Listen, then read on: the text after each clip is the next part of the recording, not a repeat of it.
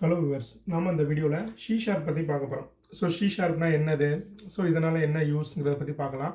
So இது வந்து என்னது ஒரு கண்டினியூஸ் சீரிஸாக பார்க்க போகிறோம். ஷீ ஷார்ப்போட பேசிக் கான்செப்ட்லேருந்து அட்வான்ஸ் லெவல் வரைக்கும் என்னெல்லாம் இருக்குங்கிறத நம்ம ஒரு தொடராக பார்க்க போகிறோம். இது வந்து அதோட ஃபஸ்ட்டு பார்ட். ஸோ நம்ம பார்ட் 1 பார்ட் 2 வரிசையாக நம்ம ஒரு வீடியோவாக போடுவோம். ஸோ ஃபஸ்ட்டு ஷீ ஷார்ப்னா என்னென்னு பார்க்கலாம். ஷீ ஷார்ப்ங்கிறது என்னென்னா ஒரு object oriented programming language. So Java இருக்கலாம், ஜாவா மாதிரி தான் இதுவும் என்னது ஒரு ப்ரோக்ராமிங் லாங்குவேஜ். ஷீ ஷார்ப்பும் ஜாவா மாதிரியே ஒரு ப்ரோக்ராமிங் லாங்குவேஜ். ஸோ ப்ரோக்ராமிங் லாங்குவேஜ்னா என்ன, இதில் நீங்கள் என்ன மாதிரி ப்ரோக்ராம் வேணாலும் எழுதிக்கலாம். ஸோ இப்போ நார்மலாக ஒரு சாஃப்ட்வேர்னா அந்த சாஃப்ட்வேருக்கு இவ்வளோ ஃபங்க்ஷனாலிட்டி தான் பண்ண முடியும்னு இருக்கும். பட் லாங்குவேஜ்னால் அப்படி கிடையாது. உங்களுக்கு என்ன தோணுதோ உங்களுக்கு வந்து உங்கள் லாஜிக்கல் ஸ்கில்லை யூஸ் பண்ணி நீங்கள் அதில் என்ன பண்ணிக்கலாம்னா நீங்கள் ப்ரோக்ராம் எழுதி அதை க்ரியேட் பண்ணிக்கலாம். ஸோ நிறையா லாங்குவேஜ் இருக்குது. பைத்தான் இருக்குது, வேறு C++, ஜாவா, அதே மாதிரி ஷீ ஷார்ப்பும் ஒரு லாங்குவேஜ். இது யாரோட ப்ராடக்ட்னு பார்த்தீங்கன்னா மைக்ரோசாஃப்டோட ப்ராடக்ட் தான் இந்த ஷீ ஷார்ப்பு. ஸோ இது என்னென்னா ஜாவா எவ்வளோ இருக்கோ அதே அளவுக்கு ஷீ ஷார்ப்பும் இருக்கும். நீங்கள் இப்போ ஐடி ஜாப்பை பார்த்தீங்கன்னா ஜாவாவில் 50% ஒர்க் பண்ணுறாங்கன்னா அதே லெவலுக்கு என்ன பண்ணுவாங்கன்னா .NETலேயே ஒர்க் பண்ணுவாங்க.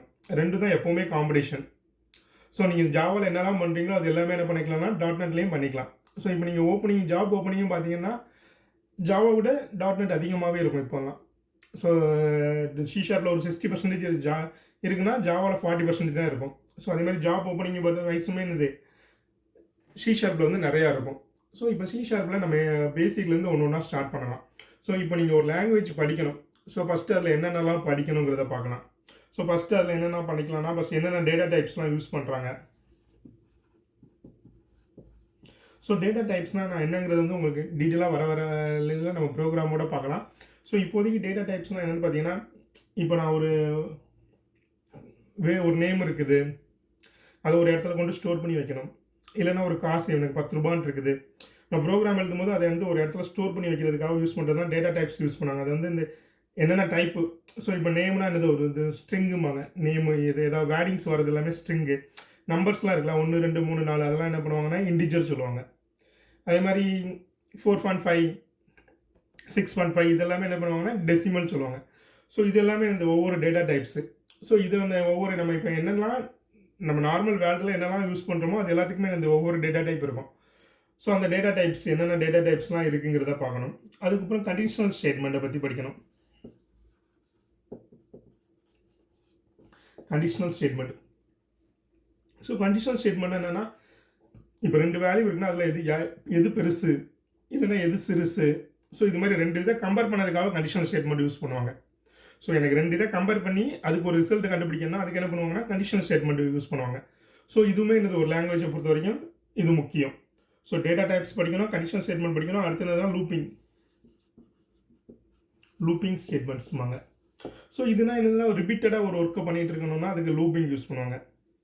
ஸோ இப்போ நான் ஒரு மல்டிப்ளிகேஷன் டேபிள் பிரிண்ட் பண்ணணும். அதில் என்ன பண்ணுவோம்னா 2வது வாய்ப்பாடு பிரிண்ட் பண்ணணும்னா அதில் என்ன பண்ணணும்னா 1லேருந்து நம்ம 20 வரைக்கும் பிரிண்ட் பண்ணணும்னா இது ஒரு ரிப்பீட்டடாக வந்துகிட்டே இருக்கும். 1 2 3 4 அப்படி 5 20 வரைக்கும் வரும். ஸோ அது வந்து என்னது இதை தான் லூப்பிங்பாங்க. ஸோ என்னது ஒரே ப்ராசஸை நம்ம 20 டைம் பண்ண வேண்டியிருக்கு. ஸோ இதுக்கு என்ன பண்ணுவாங்க, லூப்பிங் யூஸ் பண்ணுவாங்க. ஸோ அப்படின்னா லூப்பிங்கை பற்றி நம்ம படிக்கணும். ஒரு லாங்குவேஜில் வந்து என்ன நீங்கள் ஒரு ப்ரோக்ராம் எழுத போகிறீங்கன்னா கண்டிப்பாக கண்டிஷனல் ஸ்டேட்மெண்ட் தெரிஞ்சிருக்கணும், லூப்பிங் தெரிஞ்சிருக்கணும். ஸோ இது போக என்னென்னா ஊப்ஸ். இது ஆப்ஜெக்ட் ஓரியன்டட் ப்ரோக்ராமிங் லாங்குவேஜ் எல்லாத்துக்குமே ஊப்ஸ் கான்செப்ட் கண்டிப்பாக தெரிஞ்சிருக்கணும். ஸோ ஊப்ஸ் கான்செப்டை பற்றி நம்ம என்னென்னா கம்மிங் வீடியோஸில் இந்த ஊப்ஸ் கான்செப்ட்ஸ் பற்றி நம்ம டீட்டெயிலாக படிக்கலாம். ஸோ ஃபஸ்ட்டு என்ன பண்ணிங்கன்னா நீங்கள் ஷீ ஷார்ப் என்னென்னு தெரிஞ்சு வச்சுங்க. ஷீ ஷார்ப் என்னென்னு தெரிஞ்சதுக்கப்புறம் தான் என்ன பண்ணிக்கலாம்னா அதில் ஊப்ஸ் நமக்கு எப்படி யூஸ் பண்ணுங்கிறத பற்றி நம்ம தெரியலாம். ஸோ இது எல்லாமே என்னது ஒரு லாங்குவேஜ் படிக்கிறதுக்கு நமக்கு கண்டிப்பாக தெரிஞ்சிருக்க வேண்டிய விஷயங்கள். அதே மாதிரி ஷீ ஷார்ப்பில் இப்போ யூஸ் பண்ணி எதுலெல்லாம் ப்ரோக்ராம் பண்ணலாங்கிறத பார்க்கலாம். இப்போ நான் ஷீ ஷார்ப் இருக்குது. ஸோ அதில் டிஃப்ரெண்ட் டைப் ஆஃப் ப்ரோக்ராம் பண்ணலாம். ஸோ அதில் என்னெல்லாம் சொல்லுவாங்கன்னு பார்த்தீங்கன்னா ஒரு கன்சோல் அப்ளிகேஷன் வாங்க. ஸோ கன்சோல் அப்ளிகேஷனாக நீங்கள் டாஸ்க் ப்ராம்ப்டில் தான் அப்படி பண்ணுவாங்க. டாஸ்க் ப்ராம்ப்ட்லேயே நம்ம ரன் பண்ணி பார்த்துக்கலாம். இல்லைனா நீங்கள் அதுக்கு ஐடியில் கூட ரன் பண்ணி பார்த்துக்கலாம். இது என்னெல்லாம் நீங்கள் நார்மலாக C++எல்லாம் பண்ணுவீங்களா, சாதாரணமாக ஒரு ஃபார் லூப்பை போட்டு ப்ரைம் நம்பரு, பிக்கஸ்ட் நம்பர், இதே மாதிரி சின்ன சின்ன ப்ரோக்ராம் எழுதுறது எல்லாமே என்ன பண்ணலாம் கன்சோல் அப்ளிகேஷனில் எழுதி பார்த்துக்கலாம். ஸோ சி ஷார்ப்பை யூஸ் பண்ணி என்ன பண்ணிக்கலாம்னா கன்சோல் அப்ளிகேஷன் எழுத முடியும். ஸோ அதுக்கப்புறம் என்ன பண்ணலாம்னா சி ஷார்ப்பை யூஸ் பண்ணி வெப் அப்ளிகேஷன். ஸோ வெப் அப்ளிகேஷனும் என்ன பண்ணிக்கலாம்னா சி ஷார்ப்பை யூஸ் பண்ணி எழுதலாம். ஸோ வெப் அப்ளிகேஷனுக்கு என்னென்னு பார்த்தீங்கன்னா, இப்போ நம்ம ரயில்வே டிக்கெட் ஐஆர்சிடிசி இருக்குது, அது ஒரு வெப் அப்ளிகேஷன் தான். அதே மாதிரி அமேசானில் நீங்கள் ப்ரௌசரில் போய் ஓப்பன் பண்ணிக்கலாம் அமேசான், அதுவும் ஒரு வெப் அப்ளிகேஷன் தான். ஸோ இதே மாதிரி வெப் அப்ளிகேஷனும் என்ன பண்ணிக்கலாம்னா நீங்கள் கிரியேட் பண்ணிக்கலாம். ஸோ இதுலேயும் என்ன பண்ணுவாங்கன்னா C# யூஸ் பண்ணியிருப்பாங்க. C# வித் ASP.NET இல்லைனா MVC இது மாதிரி யூஸ் பண்ணியிருப்பாங்க. ஸோ C# கன்சோலுக்கும் யூஸ் பண்ணிக்கலாம், வெப் அப்ளிகேஷனும் யூஸ் பண்ணிக்கலாம். அடுத்து விண்டோஸ் அப்ளிகேஷன் வாங்க. ஸோ விண்டோஸ் அப்ளிகேஷன் கிரியேட் பண்ணப்போ என்ன பண்ணிக்கலாம்னா நீங்கள் C# யூஸ் பண்ணிக்கலாம். ஸோ விண்டோஸ் அப்ளிகேஷன்லேயே இப்போ .NET பொறுத்த வரைக்கும் 3 டைப்ஸ் ஆஃப் விண்டோஸ் அப்ளிகேஷன் இருக்குது. ஸோ த்ரீ டைப்னா என்ன பண்ணுவாங்கன்னா விண்டோஸ் ஃபார்ம்ஸும்பாங்க. நீங்கள் முன்னாடி எல்லாரும் VB.NET VBலாம் யூஸ் பண்ணால் தெரிஞ்சிருக்கோம். விண்டோஸ் ஃபார்ம்ஸும்பாங்க. அது போக WPF விண்டோஸ் ப்ரெசன்டேஷன் ஃபவுண்டேஷன்பாங்க. அதே மாதிரி UWA universal Windows application. So universal Windows அப்ளிகேஷன்னா விண்டோஸ் OS இருக்குல்ல, இப்போ விண்டோஸ் 10 விண்டோஸ் 8 இது மாதிரிலாம் OS இருக்குல்ல, அது மாதிரி விண்டோஸ் OS எதுலலாம் இருக்கோ அது எல்லாத்துலேயுமே ஒர்க் ஆகும். ஸோ கம்ப்யூட்டரில் ஒர்க் பண்ணிக்கலாம். அதே மாதிரி விண்டோஸ் டேப் இருக்குல்ல, டேப்பில் ஒர்க் பண்ணிக்கலாம். விண்டோஸ் மொபைல் இருந்துச்சுன்னா அதில் பண்ணனாலும் பண்ணிக்கலாம். ஸோ இப்போ விண்டோஸ் மொபைல் அவ்வளோ வரதில்லை, அதனால் நீங்கள் டேப்பில் யூஸ் பண்ணால் பண்ணிக்கலாம். ஸோ கம்ப்யூட்டர்லேயும் யூஸ் பண்ணிக்கலாம். ஸோ அது வந்து விண்டோஸ் அப்ளிகேஷன். அதுக்கப்புறம் என்ன பண்ணிக்கலாம்னா வேறு எங்கே C# யூஸ் பண்ணலாம்னா விண்டோஸ் சர்வீஸ்மாங்க. Windows service. ஸோ விண்டோஸ் சர்வீஸ்னால் நீங்கள் எப்போவும் ஒரு ஜாப் வந்து கண்டினியூஸாக ரன் ஆகிட்டே இருக்கணும் ஒரு சிஸ்டத்துலனா அதுக்கு வந்து விண்டோஸ் சர்வீஸ் யூஸ் பண்ணுவாங்க. ஸோ நம்ம இதை பற்றி என்ன டீட்டெயில்ஸ்லாம் படிக்கலாம். அதுக்கப்புறம் க்ளவுடு. ஸோ இப்போ அஷூர்லாம் இருக்கலாம். அஷூரில் ஏதாவது நீங்கள் ஒரு அப்ளிகேஷன் கிரியேட் பண்ணி போடணும்னா கூட என்ன பண்ணிக்கலாம்னா, இப்போ அஷூரில் எனக்கு ஒரு அஷூர் ஃபங்க்ஷன் கிரியேட் பண்ண வேண்டியிருக்குனாலும் அப்பவும் நீங்கள் என்ன பண்ணிக்கலாம்னா C# யூஸ் பண்ணிக்கலாம். ஸோ அது போக என்ன பண்ணிக்கலாம்னா யூனிட்டின்ட்டு ஒன்று இருக்குது. நீங்கள் AR VR ரிலேட்டடாக ஏதாவது ஒரு அப்ளிகேஷன் பண்ணோம்னா அப்பவும் என்ன பண்ணிக்கலாம்னா C# யூஸ் பண்ணிக்கலாம். ஆர்குமெண்ட் ரியாலிட்டி, வெர்ச்சுவல் ரியாலிட்டி இதுக்கெலாம் ப்ரோக்ராம் வந்து யூனிட்டியை யூஸ் பண்ணி பண்ணுவாங்க. அதே மாதிரி கேம்ஸ்லாம் கிரியேட் பண்ணுவாங்க.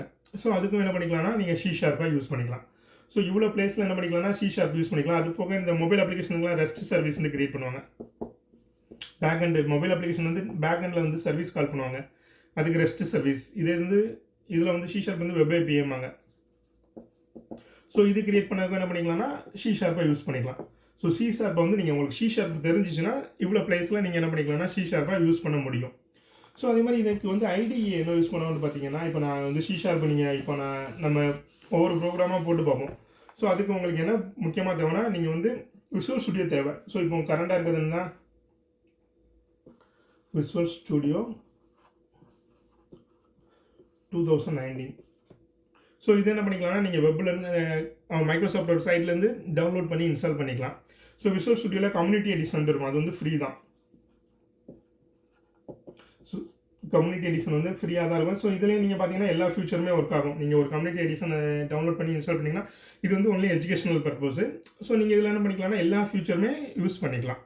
ஸோ அதனால் நீங்கள் என்ன பண்ணுங்கன்னா நம்ம கோர்ஸ் அடுத்த லெசன்லேருந்து ஸ்டார்ட் பண்ணதுக்கு முன்னாடி என்ன பண்ணிக்கலாம்னா இதை டவுன்லோட் பண்ணி இன்ஸ்டால் பண்ணி வச்சுக்கோங்க. நம்ம அப்போ வந்து என்ன பண்ணிக்கலாம்னா ஒவ்வொரு சாம்பிள் ப்ரோக்ராமாக போட்டு பார்க்க நீங்களும் போட்டு பார்த்துக்கலாம். ஸோ விசுவல் ஸ்டுடியோ டவுன்லோட் பண்ணி இன்ஸ்டால் பண்ணிக்கோங்க. ஸோ அதே மாதிரி பார்த்தீங்கன்னா இப்போ C# பொறுத்த வரைக்கும் இப்போ கரண்டாக என்ன வெர்ஷன் யூஸ் பண்ணுறாங்கன்னா C# 9.0 தான் கரண்ட் வெர்ஷன். C# வந்து 9.0. ஸோ நம்ம என்ன பண்ணிக்கலாம்னா ஒவ்வொரு வெர்ஷன்லையும் என்ன ஃபியூச்சர்லாம் புதுசாக ஆட் பண்ணியிருக்குங்கிறதையும் நம்ம ஒரு டீட்டெயிலாக பார்க்கலாம். கரண்டாக என்ன பண்ணியிருக்காங்கன்னா 9.0 ஸோ C# வந்து மேக்ஸிமம் எல்லாமே எங்கே யூஸ் பண்ணுறாங்கன்னா .NET ஃப்ரேம் ஒர்க்கில் தான் எல்லாத்தையுமே யூஸ் பண்ணுவாங்க. .NETல தான் யூஸ் பண்ண போகிறது தான் C#. .NETல யூஸ் பண்ணக்கூடிய ஒன் ஆஃப் தி லாங்குவேஜ் தான் என்னது C#. ஸோ .NETல வந்து என்ன பார்த்தீங்கன்னா முன்னாடி இப்போ நிறைய ஃப்ரேம் ஒர்க் இருக்குது. ஸோ ஃபஸ்ட்டு என்னன்னா .NET ஃப்ரேம் ஒர்க் வந்து 1.0லேருந்து ஆரம்பித்தாங்க. ஸோ அது பார்த்தீங்கன்னா இந்த 4.8 வரைக்கும் .NET 0 வந்துச்சு.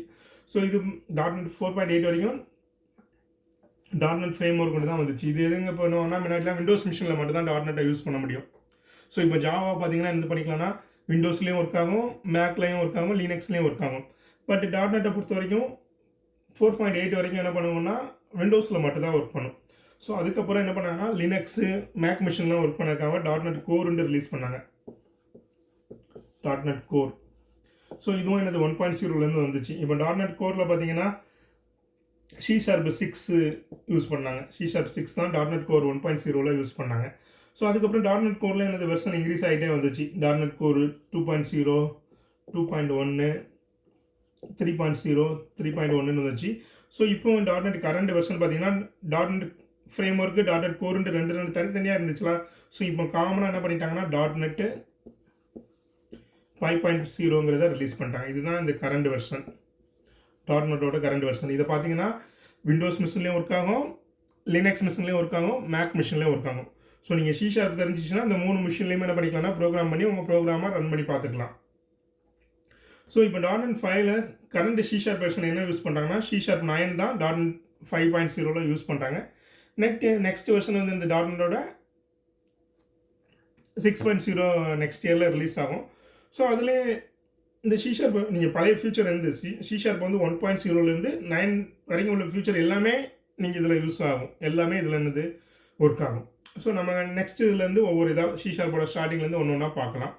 இது ரிலேட்டடாக உங்களுக்கு ஏதாவது டவுட்னா நம்ம கமெண்ட் செக்ஷனில் கமெண்ட் பண்ணுங்கள், நான் உங்களுக்கு ரிப்ளை பண்ணுறேன். Thank you viewers.